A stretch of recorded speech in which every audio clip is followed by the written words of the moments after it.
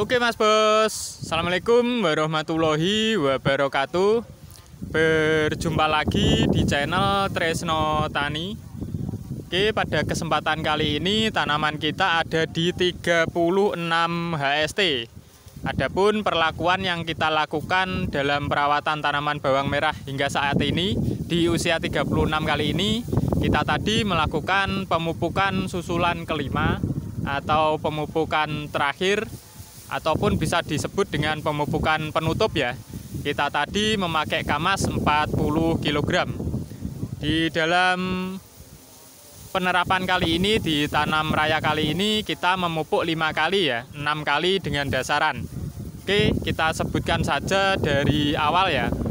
Untuk olah lahan kita sudah menyeprai ini dengan dekomposer sebanyak setelah menaikkan lumpur, setelah penyosroan itu kita masukkan beserta dengan herbisida kontak yang awal pembasmian rumput, kemudian yang kedua dengan herbisida pratumbugul. Nah, itu untuk dekomposernya.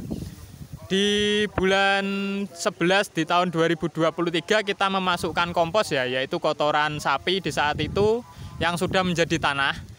Kemudian juga sudah kita spray menggunakan dekomposer, kemudian di lahan pun juga dispray dengan dekomposer lagi. Itu kita memasukkan 6 kuintal ya, itu di bulan 11, kurang lebihnya di bulan 11 atau bulan 10 di tahun 2023 ya. Nah, itu kan kandungannya fosfatnya banyak kalau pupuk kandang ya. Mungkin juga masih ada tertinggal di lahan kita, makanya kita walaupun pupuknya sedikit, lahan kita masih bisa subur. Nah, seperti itu ya. Jadi untuk pupuk di awal seperti itu. Di lahan kita sudah terdapat unsur hara dari pupuk kandang yang kita masukkan di bulan 10 atau 11 tahun lalu 2023. Kemudian di pemupukan dasar kita menggunakan itu KSP 1 kuintal sebelum tanam yaitu. Kemudian di saat tanaman sudah berusia 8 HST kita memupuk Saprodap itu 22 kg dan NPK Mutiara itu 5 kg, jadi 27 ya. Di pemupukan susulan kedua di usia 15 HST kita memakai NPK Mutiara itu 22, kemudian Saprodapnya 5 kg, jadi total 27 kg juga. Kemudian di pemupukan susulan ketiga setelah pendangiran itu kita memakai NPK Mutiara Tunggal, itu habis sisa yang dari 22 berarti 28 ya, 28 kilo kita tambah lagi, kita beli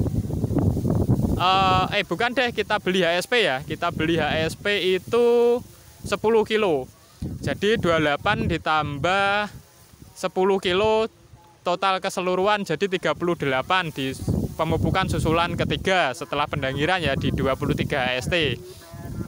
Kemudian di 30 HST kita melakukan pemupukan susulan keempat. Kita saat itu menggunakan sisa KNO buah atau KNO putih di musim tanam Labuhan 3 itu ada 4 kg. Kita tambah dengan NPK Mutiara Grower yang ada TE-nya itu sebanyak 30 kg. Jadi total keseluruhan 34 kg di pemupukan susulan keempat. Kemudian pemupukan terakhir ini di susulan kelima ini kita memakai kamas 40 kg. Nah, monggo di total sendiri untuk pupuk yang Tresno Tani berikan itu sudah standar atau belum. Kalau kita hitung itu masih di bawah dari berat benih yang kita tanam. Nah, berat benih yang kita tanam itu yang bauci itu ada 1,5 kintal. Kemudian untuk Thailand itu kita memakai 2 kuintal, jadi 3,5 kintal ya, atau 350 kg. Jadi pupuknya yang sudah kita berikan tidak sampai segitu. Nah, loh Mas, kok segitu ya pupuknya, apa nggak kurang? Begini, dengan unsur hara yang sudah kita masukkan sebelumnya dari kotoran hewan, itu sudah membuat lahan kita itu ada kandungan fosfatnya ya, entah nanti ada nitrogen atau kaliumnya, kita nggak tahu dari pupuk kandang itu ada atau enggak. Yang jelas pupuk kandang tinggi fosfat ya di situ. Terus karakteristik di sini ini tanahnya keras Mas Bos, jadi kalau kita siram gini ya, kita siram itu airnya gelender. Kalau ini kita langsung pupuk banyak, malah pupuknya banyak terbuang ke got. Walaupun itu sudah kita pinggirnya sudah kita tembok ya, itu nanti malah justru pupuknya itu ngumpul di sisi tepi dari dekat tembok. Jadi nanti yang bagian tengah itu kurang subur, yang bagian tepi itu terlalu subur dan bahkan bisa cenderung boler ya, walaupun di musim kemarau. Jadi kita siram kan airnya ngumpul di pinggir. Nah, seperti itu.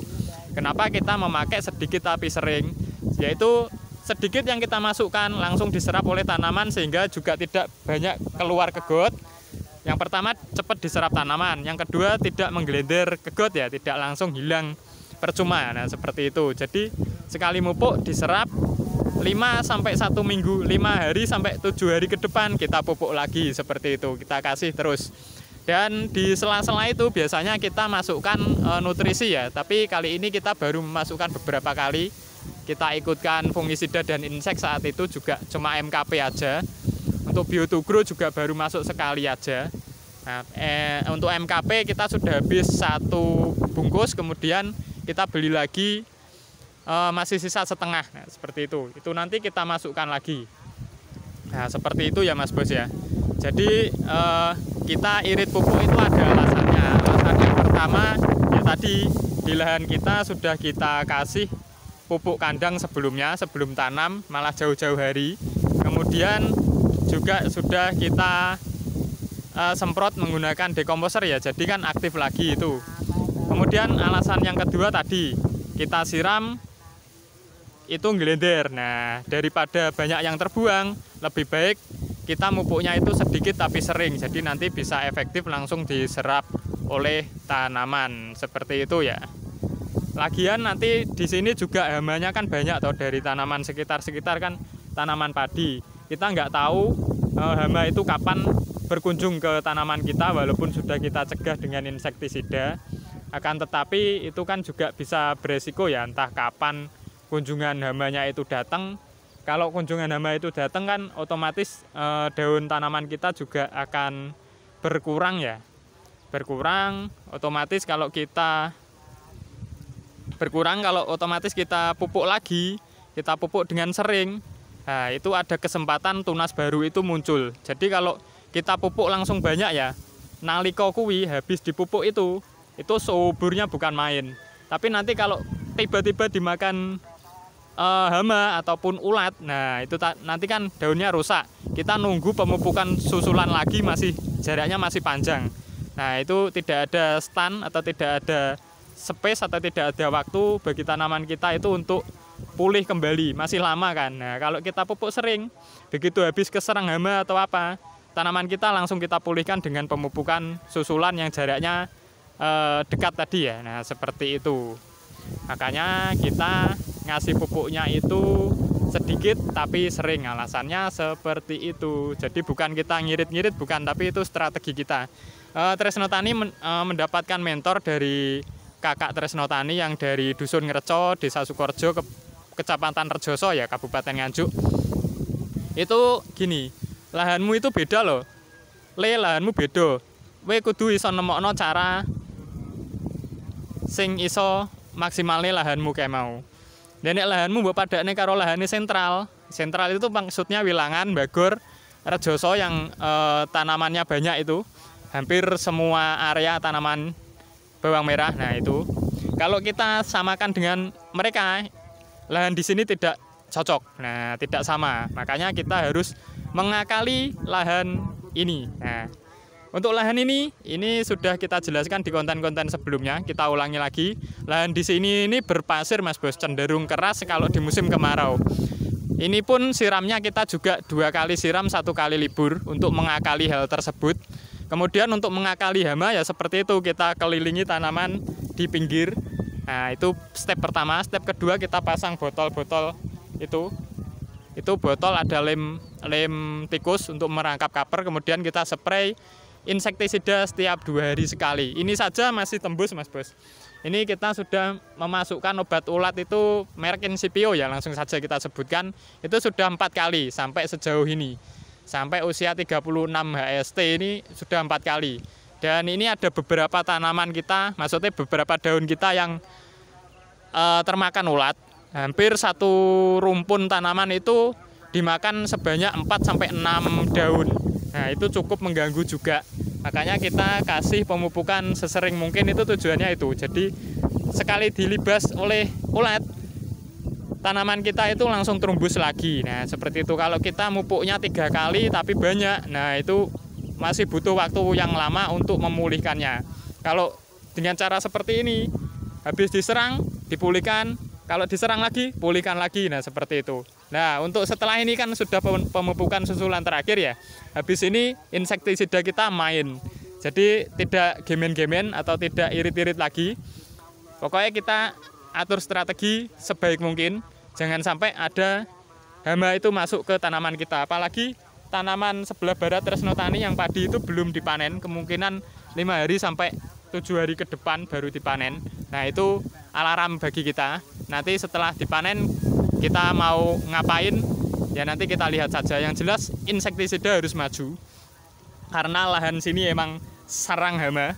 Kalau di lingkungan kita ya mungkin sarang penyamun, nah, seperti itu. Nah, kita harus bisa membela diri, nah, seperti itu. Nah, makanya kita latihan dulu. Seperti itu ya. Lahan yang berbeda, kita penerapannya juga berbeda. Jadi kalau ada yang pro, ada yang kontra, itu hal yang wajar karena emang gimana ya, nanam bawang merah itu seni Mas Bos, kayak bermain sepak bola itu loh. Nah, seni. Kita memainkan seni, kita memainkan strategi, kita memainkan peran. Jadi nggak bisa di garis besar langsung atau teori pakem, teori baku, nggak bisa. Teori baku tetap dibuat acuan, tapi untuk style, gaya bermain, strategi kita yang menentukan. Karena lahan kita berbeda, tempat kita berbeda, tantangan kita berbeda, musuh kita berbeda, apalagi yang berbeda. Pokoknya semua berbeda. Makanya kita harus melakukan sesuatu yang berbeda pula. Nah, seperti itu ya. Ini strategi Tresno Tani seperti ini, rasionalnya ya seperti tadi alasannya. Kalau ada yang kontra, nggih, monggo, nggak apa-apa. Kita kan emang sharing ya, tujuan dibuat channel ini kan untuk sharing, bukan untuk apa-apa. Kalau ada yang pro, mohon juga untuk diperhatikan lahan sekitar jenengan ya. Lahan kita tidak sama. Monggo jenengan yang tahu lahan jenengan, jenengan yang bisa ambil keputusan sendiri gimana cara mengakalinya. Kalau di sentral wes nggak usah dibilang, nggak usah diomong. Mereka sudah senior, para suhu-suhu semua, dan lahan belajarnya luas. Lihat kanan kiri bisa. Kalau sini kanan kiri apa yang dilihat? Tanaman jagung sama tanaman padi. Kita harus belajar sendiri. Menyesuaikan diri sendiri. Nah, seperti itu ya. Oke, mungkin cukup itu yang dapat Tresno Tani sampaikan ya. Ini banyak ngomong, mohon maaf ya. Mungkin nanti durasinya agak panjang ya. Tanamannya seperti ini. Oke, ini nggak bisa terlalu dekat ya. Ini belum ngumbi Mas Bos. Di usia 36 HST atau selapan ini belum ngumbi. Masih seperti ini ya, nggak apa-apa, kita kasih kamas, semoga nanti cepat mengumbi ya. Oke, demikian dari Tresno Tani. Akhirul kalam, wassalamualaikum warahmatullahi wabarakatuh. Omongnya wah, heram ngelak gitu Mas Bos.